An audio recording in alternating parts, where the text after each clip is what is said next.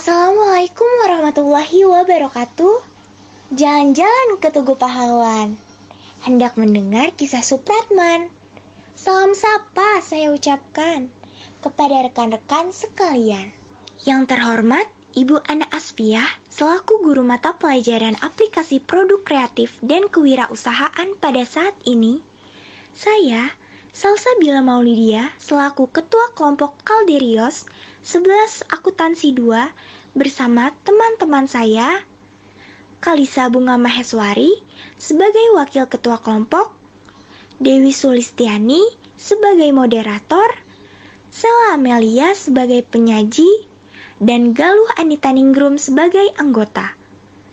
Kami akan mempresentasikan hasil analisis break-even point kelompok kami. Jadi, jangan kemana-mana. Kita akan bahas tuntas mulai dari pengertian sampai komponen break-even point. Selamat belajar! Yang pertama adalah pengertian BEP. Break-even point atau analisis titik impas adalah keadaan di mana besarnya jumlah pengeluaran yang dikeluarkan untuk biaya produksi sama dengan jumlah pendapatan yang diterima dari hasil penjualan. Ini berarti tingkat penjualan atau pendapatan yang diperoleh dan modal yang digunakan untuk menghasilkan laba berada dalam posisi yang sama. Selanjutnya adalah tujuan dari break-even point. Setiap perusahaan pasti menginginkan keuntungan atau laba dari kegiatan usahanya yang dijalankan. Untuk mencapai tersebut, ada beberapa hal yang dapat dilakukan terkait dengan break-even point. Berikut ini beberapa tujuan dari BEP. 1. Untuk meningkatkan biaya produksi dan operasional dan membuatnya serendah mungkin tanpa mengesampingkan kualitas dan kuantitas. 2. Untuk mempertahankan tingkat harga produk perusahaan. 3. Untuk menentukan harga produk dengan penuh perhitungan sehingga harga produk sesuai dengan keuntungan dan target yang telah direncanakan. Dan yang terakhir, 4. Untuk meningkatkan volume kegiatan semaksimal mungkin.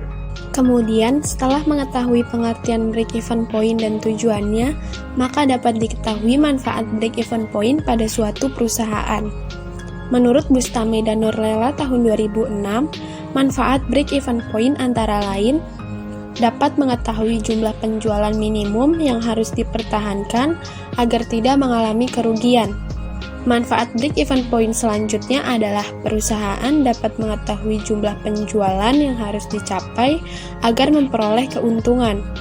Bagi sebuah perusahaan, manfaat break-even point ini dapat mengetahui nilai berkurangnya penjualan agar perusahaan tidak mengalami kerugian.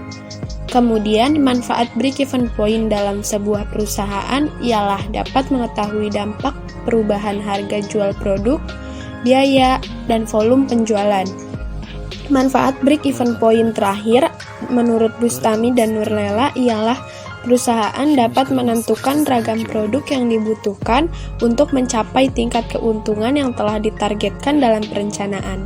Dan yang tidak kalah penting ada komponen 1.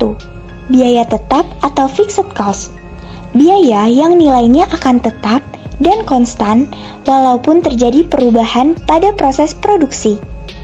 Perubahannya adalah beroperasi atau tidak beroperasinya suatu perusahaan untuk memproduksi barang pada periode tertentu.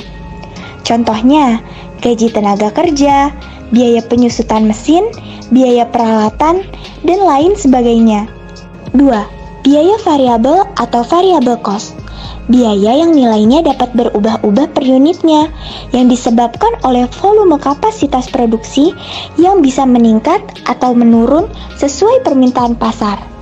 Jika produksi yang direncanakan meningkat, maka biaya variabelnya akan meningkat. Contohnya, biaya listrik, biaya bahan baku, biaya kantong plastik, dan lain sebagainya. 3. Harga penjualan atau selling price. Harga yang diperoleh dari seluruh biaya yang dibutuhkan untuk memproduksi sebuah barang ditambah dengan nilai keuntungan atau margin yang ingin diperoleh. Atau harga jual yang ditetapkan per unit barang atau jasa yang telah diproduksi oleh perusahaan. 4. Pendapatan atau revenue. Pendapatan adalah penghasilan yang didapatkan dari semua penjualan produk. Setelah ini kita akan masuk dulu ke contoh soal pembahasan dan rumus. Perhitungan BEP unit. 1.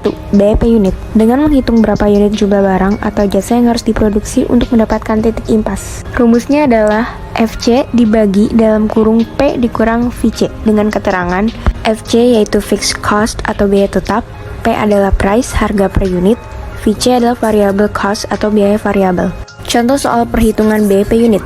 Jika diketahui total biaya tetap adalah 40 juta, biaya variabel per unit 40.000, harga jual barang per unit adalah 80.000, kita akan menggunakan rumus FC dibagi dalam kurung P dikurang VC.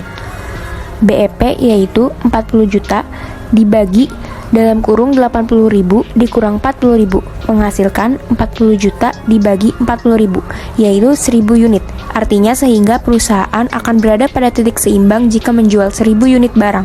Perhitungan BEP penjualan. 2. BEP dalam rupiah. Perhitungan titik impas dalam bentuk rupiah. Rumusnya yaitu FC dibagi 1 dikurang dalam kurung VC per P. Contoh soal perhitungan BEP dalam rupiah.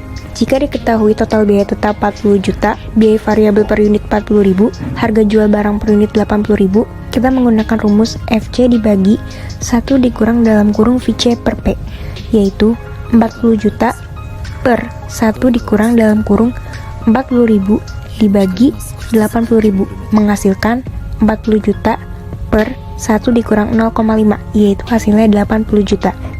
Yang terakhir yaitu break-even point adalah metode di mana jumlah pengeluaran untuk biaya produksi sama dengan jumlah pendapatan yang diterima.